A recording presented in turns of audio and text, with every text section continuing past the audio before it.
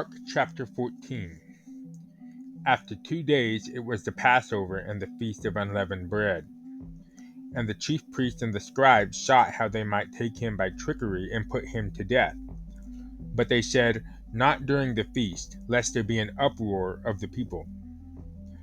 And being in Bethany at the house of Simon the leper, as he sat at the table, a woman came having an alabaster flask of very costly oil of spikenard.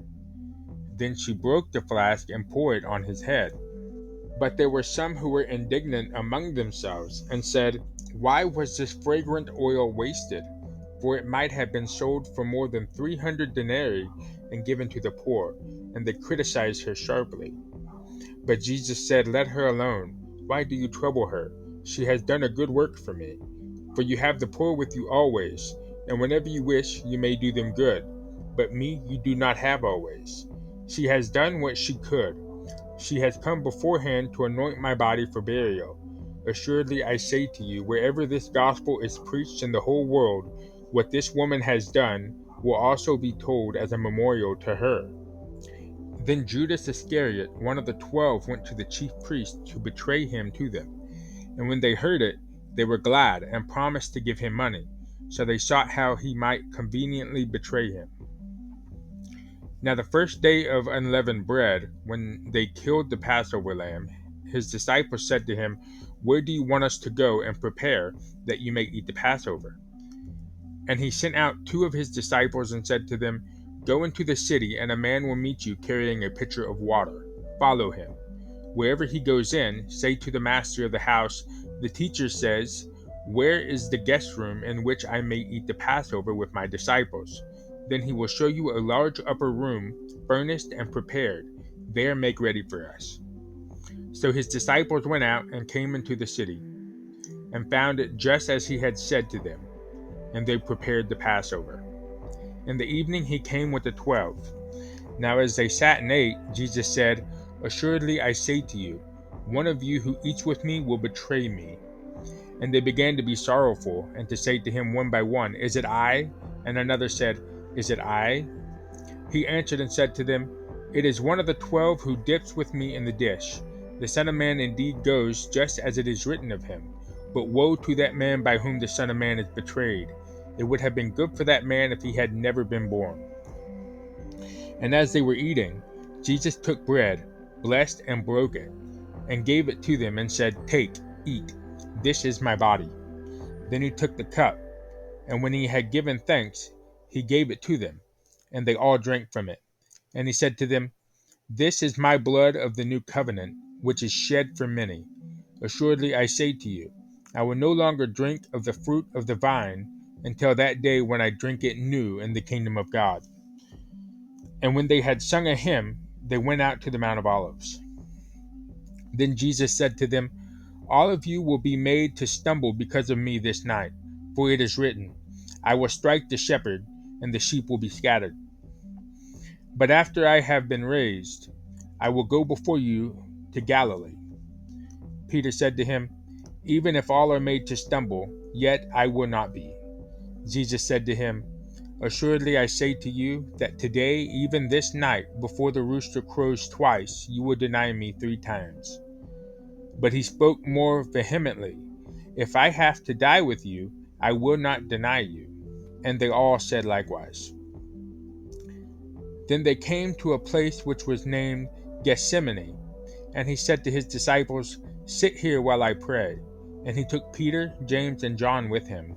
And he began to be troubled and deeply distressed. Then he said to them, "My soul is exceedingly sorrowful, even to death. Stay here and watch." He went a little further and fell on the ground and prayed, that if it were possible, the hour might pass from him. And he said, "Abba, Father, all things are possible for you. Take this cup away from me. Nevertheless, not what I will, but what you will." Then he came and found them sleeping, and said to Peter, "Simon, are you sleeping? Could you not watch 1 hour? Watch and pray, lest you enter into temptation. The spirit indeed is willing, but the flesh is weak."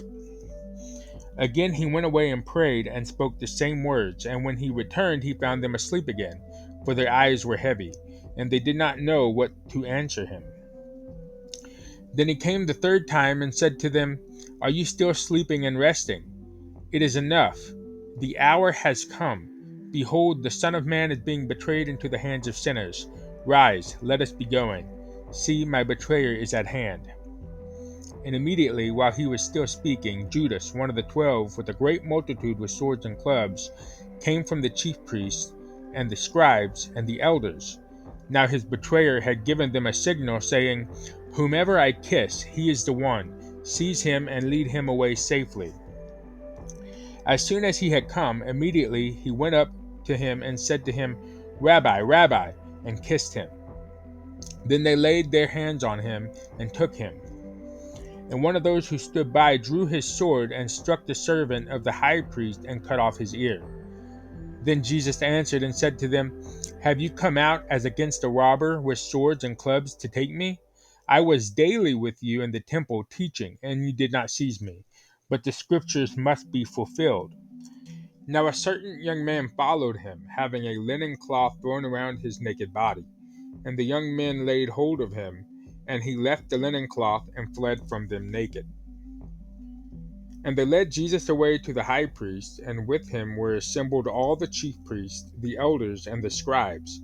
But Peter followed him at a distance, right into the courtyard of the high priest, and he sat with the servants and warmed himself at the fire. Now the chief priests and all the council sought testimony against Jesus to put him to death, but found none. For many bore false witness against him, but their testimonies did not agree. Then some rose up and bore false witness against him, saying, "We heard him say, 'I will destroy this temple made with hands, and within 3 days I will build another made without hands.' But not even then did their testimony agree. And the high priest stood up in the midst and asked Jesus, saying, 'Do you answer nothing? What is it these men testify against you?' But he kept silent and answered nothing. Again the high priest asked him, saying to him, 'Are you the Christ, the Son of the Blessed?' Jesus said, 'I am, and you will see the Son of Man sitting at the right hand of the power, and coming with the clouds of heaven.' Then the high priest tore his clothes and said, 'What further need do we have of witnesses? You have heard the blasphemy. What do you think?' And they all condemned him to be deserving of death. Then some began to spit on him, and to blindfold him, and to beat him, and to say to him, 'Prophesy!' And the officers struck him with the palms of their hands. Now as Peter was below in the courtyard, one of the servant girls of the high priest came. And when she saw Peter warming himself, she looked at him and said, 'You also were with Jesus of Nazareth.' But he denied it, saying, 'I neither know nor understand what you are saying.' And he went out on the porch, and the rooster crowed. And the servant girl saw him again, and began to say to those who stood by, 'This is one of them.' But he denied it again. And a little later, those who stood by said to Peter again, 'Surely you are one of them, for you are a Galilean, and your speech shows it.' Then he began to curse and swear, 'I do not know this man of whom you speak.' A second time the rooster crowed. Then Peter called to mind the word that Jesus had said to him, 'Before the rooster crows twice, you will deny me 3 times.' And when he thought about it, he wept.